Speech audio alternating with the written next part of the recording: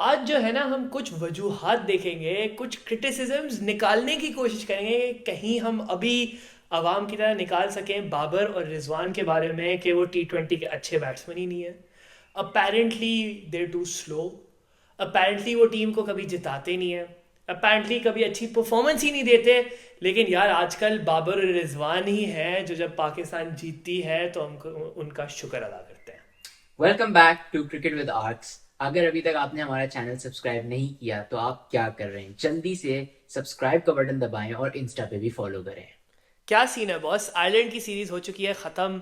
और मतलब जनरली बाबर ने अगर हम परफॉर्मेंस देखें ना, so Babar has 250s, Rizwan has 250s। First let's clarify कि other than Fakhar that's the most by any Pakistani batsman.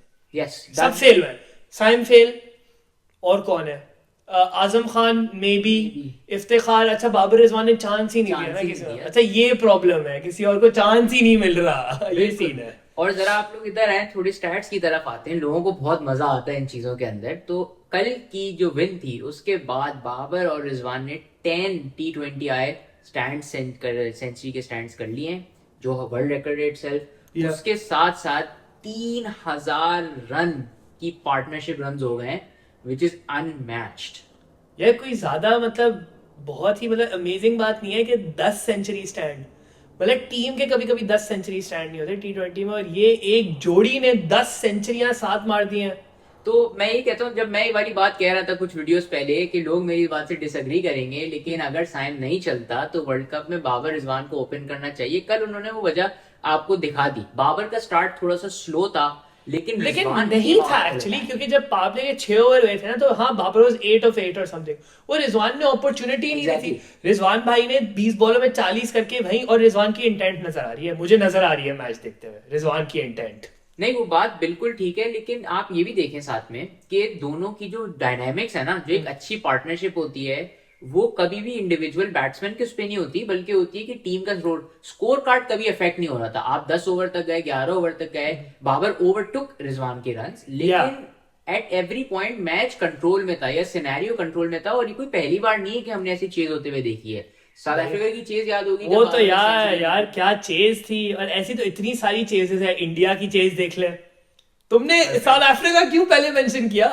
नहीं, पहले इंडिया करना चाहिए था यार। 152 फॉर 0। कैसे भूल सकते हैं? नहीं यार, भूल नहीं सकते। 152 फॉर 0, वो जरा हमने 4 एक्स्ट्रा रन बोनस दे दिया। बट द थिंग यार, I feel like about Babar Rizwan, लोग उनको अभी तक क्रिटिसाइज करते हैं, पता नहीं क्यों। मतलब fine, whatever there reasons are, but there is one thing I feel like जो एक चीज अभी तक लैकिंग है, वो ये है कि जब हम टारगेट सेट करते हैं, और हमने पहले भी ये बात की है कि पाकिस्तान में not necessarily know how to set a target. तो जब पहली इनिंग्स में बाबर रिजवान साथ बैटिंग करते हैं तो कभी कभी वो इंटेंट नहीं नजर आती। ये सिस्टम है। और ये बात बिल्कुल भी कहीं से गलत नहीं है, लेकिन ये हमारी पूरी टीम की थीम है। अगर आप कहें तो अलबत्ता मैं कह सकता हूँ कि बाबर 2.0, जो मैं कहता हूँ फर्स्ट कैप्टनसी स्टंट के आज हमने T20 में देखा, उसकी बैटिंग में इंटेंट थोड़ा बेहतर हुआ है। Even in the first, definitely he has that period between the 7 to 15th over, जिसकी हम पता नहीं कितनी बार बात कर चुके हैं। But Babar in power plays has become better. Even 7 to 15। हाँ मतलब, लेकिन वही बात है, it's not that effective, but he is improve definitely. हाँ वही। अब सवाल जो है वो ये आता है कि सारी चीजें हो गई, अब ऐसा तो नहीं है कि हर बार चेज करेंगे। तो क्या do we change our opening pair depending on if we are chasing और बैटिंग फर्स्ट? नहीं ऐसा तो नहीं हो सकता। आई गेस ओपनिंग पेयर की तो अलग बात है, वो जो भी करे। बट आई थिंक पॉइंट ये है कि बाबर रिजवान पाकिस्तान के लिए इतना करते हैं, येट हम इतने नाशुक्र हैं। हम अप्रिशिएट नहीं करते कि जब वो नहीं होंगे ना, तो हमारे पास एक रिलायबल बैट्समैन नहीं है। और जो इतने लोग कह रहे थे ना कि आई एम नॉट सेइंग कि साइम अच्छा बैट्समैन नहीं है, लेकिन जितने लोग कह रहे थे ना कि साइम रिलायबल बैट्समैन है, फखर मैच विनर है आपका, हाँ सारी चीजें अपने उसमें है, लेकिन कंसिस्टेंट आपके लिए रन कौन करके दे रहा है इस टीम में? बिल्कुल नहीं। I think very good point raised. अब एक चीज आई कि फखर को ओपन करा देते हैं अगर साइम नहीं चल रहा। तुम्हारा क्या ओपिनियन है at this point, world cup से पहले बाबर रिजवान के लिए आइडियल बैटिंग पोजीशंस क्या हैं? Yeah, I think we still go with what we have. I think you make Saim open. Okay. You make Rizwan come at 2, and then you make Babar come at 2. नहीं ना, Rizwan open करेगा ना क्या? Sir अभी रिजवान ही open करा ना, हाँ। रिजवान का मिड 2 एंड देन बाबर का मिड 3, जैसे इस सीरीज में हो रहा है वैसे ही चले, बिकॉज सैम को कहीं और खिला नहीं सकते, और अगर सैम को ड्रॉप कर दिया तो फिर कौन खेल रहा है? अब ये अलग बात है कि सैम को चारों मैच इंग्लैंड के खिलाफ खिलाए, सैम ने कुछ नहीं किया, और अब वही बात हो गई कि 15-20 T20 में सैम ने कुछ नहीं किया। फिर क्या करते हैं, फिर शायद आप उस्मान खान या इरफान या शादाब को लाएंगे इन द साइड, तो इस तरह की सिचुएशन हो सकती है। But I think up top Babar Rizwan की ऐसी परफॉर्मेंस है कि I don't think at the moment अब हमें ओपनर उनको जाना चाहिए। सही है, ठीक है। मुझे अभी भी एक डर है, क्या डर है? वीडियो खत्म करने से पहले, हम जिस तरह की पिचेस पे जाएंगे जहां बॉल थोड़ा नीचे रहता है, स्पिनर का दबाव ज्यादा होता है, हाँ, वहां बाबर और रिजवान शायद स्ट्रगल करें। That might be West Indies. I think West Indies की ये बात है कि वहां पे टर्न बहुत होता है, सीपीएल में हमने देखा, और उम्मीद ये है कि वही सिचुएशन होगी जो सीपीएल में भी थी। लेकिन यूएस का कुछ नहीं पता, यूएस में वो आईपीएल टाइप पिचेस हो सकती हैं या 220, 240, 250 बन रही है, और वहां भी आई थिंक पाकिस्तान के लिए, मुझे लगता है पाकिस्तान के लिए ज्यादा बेहतर है अगर टर्निंग विकेट हो, बिकॉज मुझे नहीं समझ आती कि पाकिस्तान 220, 230, 240 कैसे करेगी। आई सी देम चेजिंग 160 और 150 और पोस्टिंग 180, उससे ऊपर तो हम जाते ही नहीं है। वही ना, पोस्टिंग 180 से ज्यादा हम जाते ही नहीं है जितनी भी अच्छी विकेट हो, and that's the nature of our team.